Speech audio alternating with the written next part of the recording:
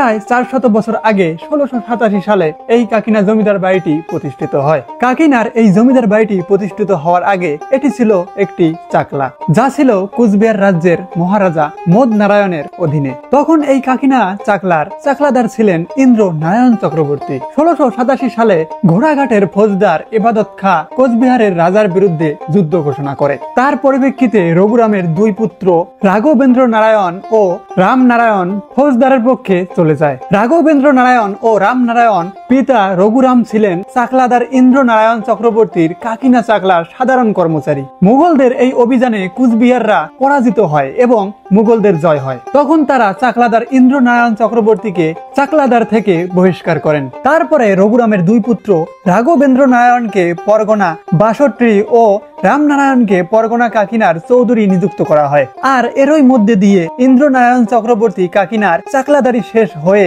রামনারায়ণের মাধ্যমে কাকিনা জমিদার বাড়িটি প্রতিষ্ঠিত হয়। পরবর্তীতে এই কাকিনা জমিদার বাড়ির জমিদার বংশধররা দীর্ঘদিন জমিদারি করার পর এই জমিদার বাড়ির জমিদারির পতন হয় জমিদার মহেন্দ্র রঞ্জনের জমিদারির সময়। তার বিশাল ব্যয় ও বিলাসিতার কারণেই মূলত ধ্বংসের কারণ। মহাজন ও সরকারি রাজত্ব দিতে ব্যর্থ হওয়ায় 1925 সালে তার জমিদারি নিলাম হয়ে যায়। তখন এটি ভারকোট অব ওয়ার্ডস এর অধীনস্থ হয়। আর জমিদার মহেন্দ্র রঞ্জন জমিদারি হারিয়ে প্রায় নিঃস্ব অবস্থায় পড়ে যান। তখন তিনি তার পরিবার নিয়ে 1939 সালে কার্শিয়াং বা দার্জিলিং এ চলে যান এবং ওই বছরেই সেখানেই তার মৃত্যু হয়। মহেন্দ্র রঞ্জন জমিদারের অবশিষ্ট বংশধর পরে ইসলাম ধর্ম গ্রহণ করেন। সর্বশেষ হামিদা খাতুন গঙ্গাচড়া উপজেলার মর্নেয়া ইউনিয়ন কামদেব শেষপাড়া গ্রামে তার স্বামীর বাড়িতে শেষ নিঃশ্বাস ত্যাগ করেন। কাকিনা জমিদার বাড়ির জমিদার বংশরা দীর্ঘদিন জমিদারি করেন এবং এক এক জমিদার এক এক অবদান রেখে গেছেন,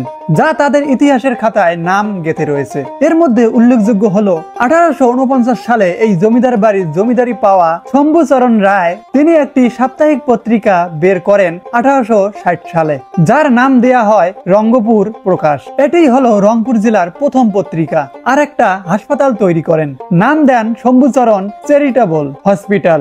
পরবর্তীকালে সেটা রানী শান্তিবালা চ্যারিটেবল হসপিটাল নামে পরিচিত লাভ করে। তারপর ওনার দত্তক পুত্র মহিমা রঞ্জন রায় জমিদারি পাওয়ার পর 1908 সালে বগুড়ার উডবার্ন লাইব্রেরি, রংপুর জেলার রেলপথ, রেল স্টেশন ও জাদুঘর প্রতিষ্ঠা করেন। দুটি রেল স্টেশন মহেন্দ্রনগর ও মহিমাগঞ্জ তার নিজের এবং পুত্রের নামে করেন। এছাড়াও রংপুর শহরে কৈলাস রঞ্জন উচ্চ বিদ্যালয় ও মহিমা রঞ্জন স্মৃতি উচ্চ বিদ্যালয় তার মৃত্যুর পর প্রতিষ্ঠিত হয় 1909 সালে। বর্তমানে জমিদার বাড়িটিতে জমিদার বাড়ির সাক্ষী হিসেবে মূলত হাওয়াখানাই আছে, যা 4 তলা বিশিষ্ট।